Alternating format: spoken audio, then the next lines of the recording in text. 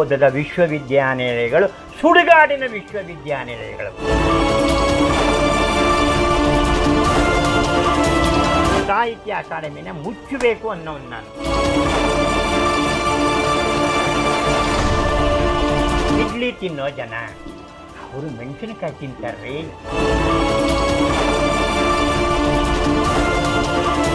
ಹೆಂಡತಿ ಮಕ್ಕಳನ್ನೇ ಬಿಟ್ಟಿದ್ದೀನಿ. ಸೊ ಅಲ್ಲಿಗೆ ನೀವು ಹೇಳೋ ಪ್ರಕಾರ ಸಾಹಿತ್ಯ ಸಮ್ಮೇಳನ ಅಧ್ಯಕ್ಷ ಆಗಲಿ, ಅಕಾಡೆಮಿ ಅಧ್ಯಕ್ಷ ಆಗಲಿ, ಎಲ್ಲವೂ ಕೂಡ ಮಠಾಧೀಶರು ಮತ್ತು ರಾಜಕೀಯ ವ್ಯಕ್ತಿಗಳ ಕೈಯಲ್ಲೇ ಇದೆ ಅಂತ ಹೇಳಿ. ನೀವು ಹೇಳಿದ್ರೆ ಮುಂದೆ ಯಾವತ್ತು ಬದಲಾವಣೆ ಆಗುತ್ತೋ ಕಾದು ನೋಡಬೇಕು. ಆಗುತ್ತೋ ಇಲ್ಲೋ ಗೊತ್ತಿಲ್ಲ, ಅಷ್ಟು ನಾವು ಬದುಕಿರ್ತೋ ಇಲ್ಲ ಅನ್ನೋದು ಗೊತ್ತಿಲ್ಲ. ಹಾಗನ್ಬೇಡ. ನೀವು ಮಾಡುವ ಒಂದೊಂದು ಈ ಸಣ್ಣ ಕೆಲಸ ಇದೆಯಲ್ಲ, ಕುದ್ಮಲ್ ರಂಗರಾಯರು ತಮ್ಮ ಸಾರಸ್ವತ ಬ್ರಾಹ್ಮಣರನ್ನೆಲ್ಲ ಕರೆದು ನಾನೇನು ಸಮಾಜ ಉದ್ಧಾರ ಮಾಡುತ್ತಿದ್ದೇನೆ ಬನ್ನಿ ಅಂತ ಅವ್ರೇನು ಬಾಯಿ ಬಡ್ಕೊಳ್ಳಿಲ್ಲ. ಅವ್ರಿಗೆ ಅನ್ನಿಸ್ತು ಮಾಡಿದ್ದಾರೆ. ಮಂಗಳೂರು ಹೋಗಿ ಬನ್ನಿ, ಅವ್ರ ಹೆಸರಿನಲ್ಲಿ ವಿದ್ಯಾರ್ಥಿ ನಿಲಯ ಇದೆ, ಸರ್ಕಲ್ನಲ್ಲಿ ಅವರ ಪ್ರತಿಮೆ ಇದೆ, ಎಲ್ಲವೂ ಇದೆ. ಆತನಿಗೆ ಅಳಿಲು ಸೇವೆ ಅಂತಾರೆ. ನೋಡಿ ಎಂಥ ಶಬ್ದ, ರಾಮಾಯಣದಿಂದ ಬಂದಿರೋದಿದು. ನಾನೇನು ಮಾಡಲಿ ಅಂತ ಓದೈತಂತೆ. ಕಾಕಮ್ಮ ಬೂಕಮ್ಮನ ಕಥೆ ಅನ್ಕೊಳ್ಳಿ ಇದನ್ನ. ರಾಮ ಹಿಂಗನ್ನಂತೆ, ನೀನು ಬಂದಿರೋದೇ ಹೆಚ್ಚು ಮಾಡಿರೋದೇ ಹೆಚ್ಚು, ಸಾಕ್ಷಿನೇರಪ್ಪ ಅಂತ ಹಿಂಗನ್ನತ್ತೆ. ಅದು ಉಳೀತು ಅಂತ ನಮ್ಮ ಜಾನಪದ ಕಥೆ ರೀ. ಇದರಲ್ಲಿ ಆಶಯ ತಿಳ್ಕೋಬೇಕು. ಹಾಗೆ ನೀವಿವತ್ತು ಏನು ಇದೆಲ್ಲ ಯಾಕೆ ಮಾಡ್ತಾ ಇದ್ದೀರಿ ಅಂದರೆ, ನಿಮಗೆ ದುಡ್ಡು ಬರುವ ಮಾರ್ಗವನ್ನು ನಾನು ಹೇಳಿಕೊಡಬಲ್ಲೆ. ಇದಲ್ಲ, ಇದರಲ್ಲೂ ಮಾಡ್ತಾ ಇದ್ದಾರೆ ಈಗ. ಇದರಲ್ಲೂ ನಿಮ್ಮ ಇದು ಹಾಳಾಗಕ್ಕೆ ಬಂದ್ಬಿಟ್ಟಿದ್ದಾರೆ. ಆದರೆ ನಿಮಗೆ ನಿಮ್ಮ ಗುಣವನ್ನು ನಾನು ಹೇಳ್ತೀನಿ.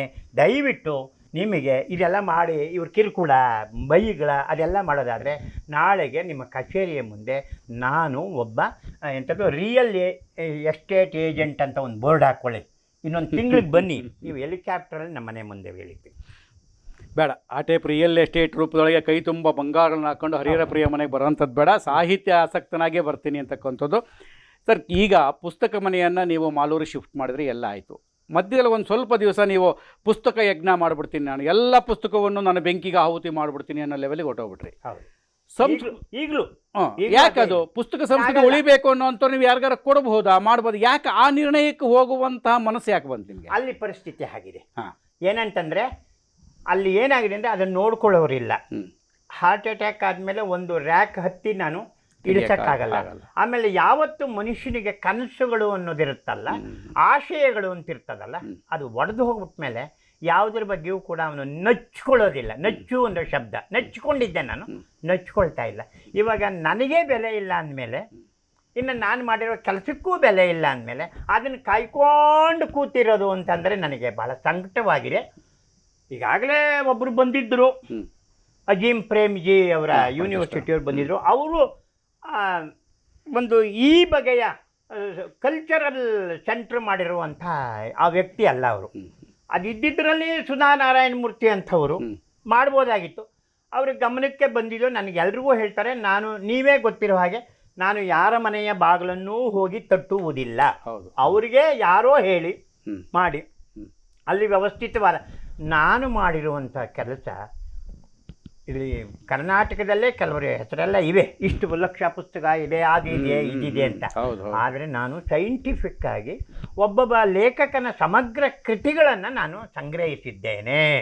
ಅದು ಯಾವ ವಿಶ್ವದಲ್ಲಿ ಎಲ್ಲಿಯೂ ಇಲ್ಲ. ಆಮೇಲೆ ಎರಡನೇದಾಗಿ ಅವರ ಮೊದಲನೇ ಆವೃತ್ತಿಗಳನ್ನು ಸಂಗ್ರಹಿಸಿದ್ದೇನೆ, ಫಸ್ಟ್ ಎಡಿಷನ್. ಅದು ನನ್ನ ಹತ್ರ ಮಾತ್ರವೇ ಇರೋದು.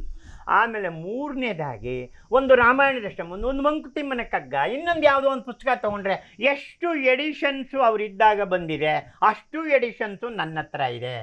ಆ ಮಹಾನುಭಾವರು ಒಂದೊಂದು ಆವೃತ್ತಿ ಎಡಿಷನ್ ಬಂದಾಗಲೂ ಕೂತಿತ್ತಿದ್ದಾರೆ.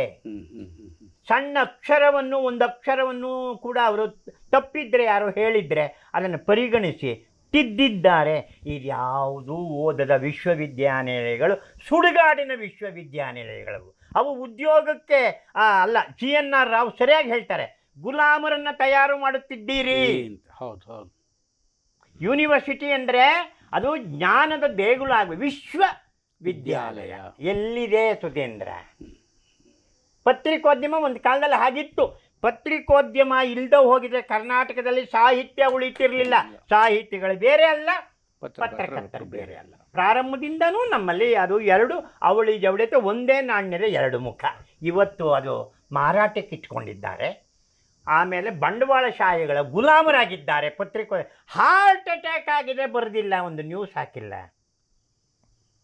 ಹರಿಹರ ಪ್ರಿಯನಿಗೆ ಏನು ಬೇಕು, ಏನು ಪ್ರಶಸ್ತಿ? ನನಗೂ 100 ಬಂದಿದೆ, ರಾಜ್ಯ ಪ್ರಶಸ್ತಿ ಬಂದಿದೆ, BBMP ಅವಾರ್ಡ್ ಬಂದಿದೆ, ವರ್ಧಮಾನ ವೀರೇಂದ್ರ ಹೆಗಡೆ ಅವಾರ್ಡ್ ಬಂದಿದೆ, ಕಾವ್ಯಾನಂದ ಪ್ರಶಸ್ತಿ ಬಂದಿದೆ, ಪರಮೇಶ್ವರ ಭಟ್ಟ ಲಿಸ್ಟ್ ಇದೇನು ಲಿಸ್ಟ್ ಹೇಳಿ ಅವನು ಇದನ್ನು ಕೇಳ್ತಾನೆ ಅಂತ್ಕೊಳ್ಳಿ.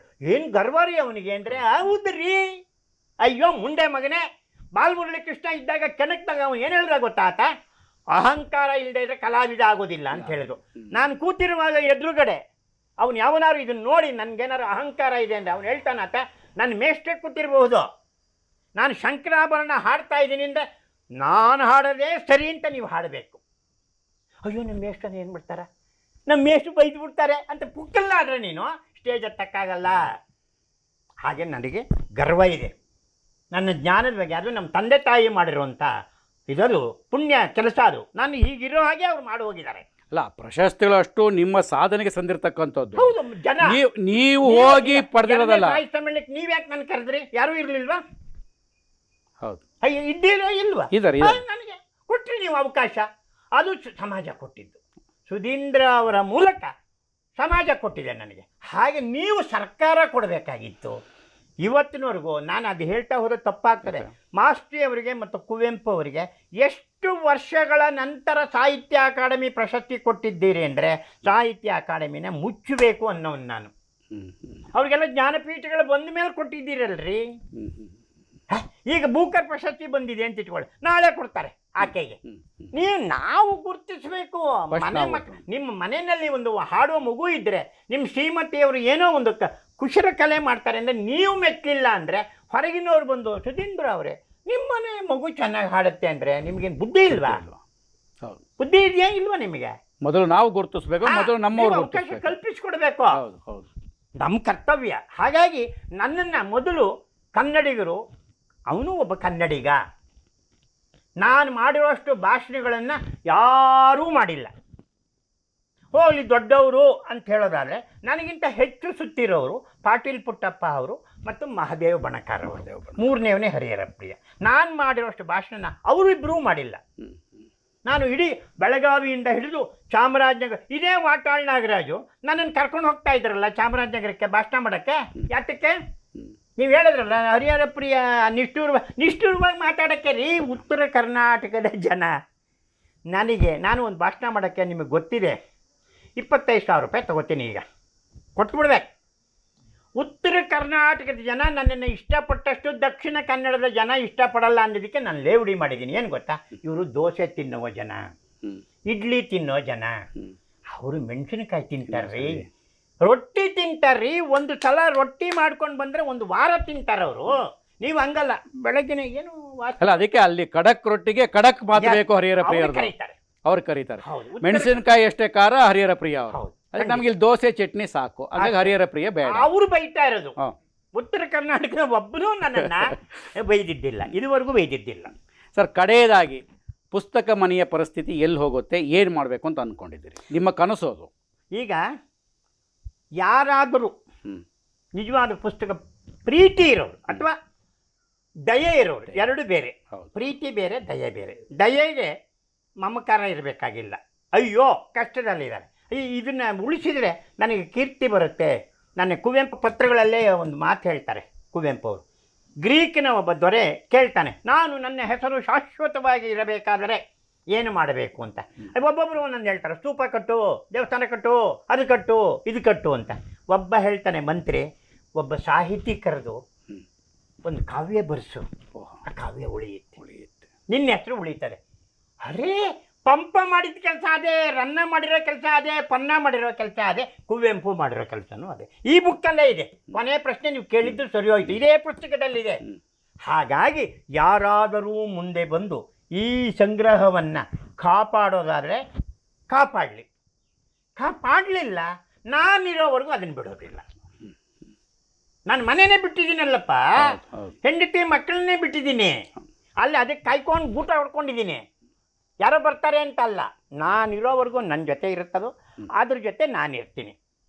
ಅದಾದ ಮೇಲೆ ಗೊತ್ತಲ್ಲ, ಈಗಾಗಲೇ ರೆಡಿ ಆಗಿರಬಹುದೇನೋ ಈ ಬರೋ ಮುಖ್ಯಮಂತ್ರಿಗಳು ಮಂತ್ರಿಗಳು ಶ್ರದ್ಧಾಂಜಲಿ ಅರ್ಪಿಸೋದಕ್ಕೆ. ಹರಿಹರ ಪ್ರಿಯ ಹೋದರು, ಅವರು ಬಹಳ ಅಪಾರವಾದ ಸೇವೆ ಮಾಡಿದ್ದಾರೆ. Fill in the blanks. Harihara ಪ್ರಿಯ ಒಂದು ಹೆಸರು ಬಿಟ್ಬಿಟ್ರೆ ರೆಡಿಮೇಡ್ ಇರುತ್ತೆ, ಅದು ಕಳ್ಸಿಕೊಟ್ರೆ ಸಾಕು. ಒಂದೇ ಕ್ಷಣ 11 ಜನ ಮಕ್ಕಳು ಸತ್ತರು, ಆಯೋಗ ರಚಿಸಿದ್ದೀವಿ, ಆಯ್ತು ತಗ ಅವ್ರಿಗೆಲ್ಲ ಅಟೆಟ್ ಕೊಟ್ಬಿಡು. ಮಕ್ಕಳು ಕೊಟ್ಟು ಆ ಮಂಡ್ಯದಲ್ಲಿ ಆ ಮಗು ತಂದೆ ತಾಯಿ ಬರುವಾಗ ನನಗೆ ಕಣ್ಣಿಗೆ ಕಟ್ಟದಾಗಿದೆ. ನಿಲ್ಲಿಸ್ಬಿಟ್ಟು ಒಬ್ಬ ಟ್ರಾಫಿಕ್ನವನು ಆ ಮಗು ನಾಯಿ ಕಚ್ಚಿರೋ ಮಗು ಸತ್ತೋಯ್ತಲ್ಲ, ಅವನಿಗೆ ನಿನಗೆ 10 ಲಕ್ಷ ಕೊಡುತ್ತೇವೆ, 10 ಕೋಟಿ ಕೊಡುತ್ತೇವೆ, ತಿಪ್ಪಿಗೆ ಬಿಸಾಕಿ ಅಂದ ಅವನು ತಂದೆ. ಹೌದು ತಿಪ್ಪಿಗೆ ಬಿಸಾಕಿ ಅಂತ ಹೇಳಿದ್ರೆ ಆ ಜಾತಿಯವನು ನಾನು. ಅವ್ನು ಯಾರೋ ಗೊತ್ತಿಲ್ಲ, ನಂಗೆ ಗೊತ್ತಿಲ್ಲ, ಅವನು ನೆನೀತೀನಿ ನಾನು, ಸರಿಯಾದ ಮಾತದು. ಹಾಗೆ ನೀವು ವಿಶ್ವವಿದ್ಯಾನಿಲಯಗಳು ಉಳಿಬೇಕಾ, ಪುಸ್ತಕ ಮನೆ ರಕ್ಷಣೆ ಮಾಡಿ. ಇಲ್ಲಾಂದ್ರೆ ಏನು, ನೀವು ಎಲ್ಲ ಮಾಡಿರುವ PhDಗಳು ನನ್ನ ಕೃಪಾಶ್ರಯದಲ್ಲಿ ವಿತ್ ಎವಿಡೆನ್ಸ್ ಕೊಡಬಲ್ಲೆ. ಇದೇ ಕೀರಂ ನಾಗರಾಜನಿಗೆ ನೀವು ಸಾಹಿತ್ಯ ಯಾವುದೋ ಪುಸ್ತಕ ಪ್ರಾಧಿಕಾರದ ಮೊದಲನೇ ಪ್ರಶಸ್ತಿ ಕೊಟ್ಟಿದ್ದೀರಿ. ಆತ ನನಗೆ ಋಣಿಯಾಗಿರಬೇಕು. ನನ್ನ ಮನೆಗೆ ಬಂದು ಬರೆದು ಆಕರ ವಿಜ್ಞಾನಿ ಅಂತ ಕರೆದಿರೋದು ಕೀರಂ ನಾಗರಾಜು, ಗೊತ್ತಾಯ್ತಾ ನನ್ನನ್ನು. ಅದು ಇವ್ರು ಯಾರಿಗೂ ಗೊತ್ತಿಲ್ವಾ? ಆದರೆ ನನಗೆ ಮಾತ್ರ ನೀವು ಪ್ರಶಸ್ತಿ ಕೊಡಲ್ಲ, ಕೀರಮ್ಗೆ ಕೊಡ್ತೀರಿ, ಯಾಕಂದ್ರೆ ಹಿಂಗೆ ಹೇಳಿದ್ರಲ್ಲ. ಹೌದು, ಅಲ್ಲ ಇಷ್ಟು ಬಹುದೊಡ್ಡದಾಗಿರ್ತಕ್ಕಂಥ ಪುಸ್ತಕ ಮನೆ, ಆದರೆ ಇವ್ರು ತಾಲೂಕಿಗೊಂದು ಗ್ರಂಥಾಲಯ ಮಾಡ್ತೀವಿ, ಹೋಬಳಿಗೊಂದು ಗ್ರಂಥಾಲಯ ಮಾಡ್ತೀವಿ ಅಂತ ಹೋಗ್ತಾರೆ. ಅದೆಲ್ಲ ಸುಳ್ಳು. ಅದೆಲ್ಲ ಅವತ್ತಿಗೆ ಅವತ್ತೇ ಮಾತಾಡುವಂಥದ್ದು. ನಾನು ಹೋಗಿ ಅದೇ ಹೇಳಿದ್ನಲ್ಲ, ಬೌದ್ಧ ಧರ್ಮಕ್ಕೆ ಸೇರಿಕೊಂಡು ಬಿಡ್ತೇನೆ. ಸೇರಿದ್ದು ಗೊತ್ತಿಲ್ಲ ನಮಗೆ, ಅರ್ಥದ್ದು ಇಲ್ಲ.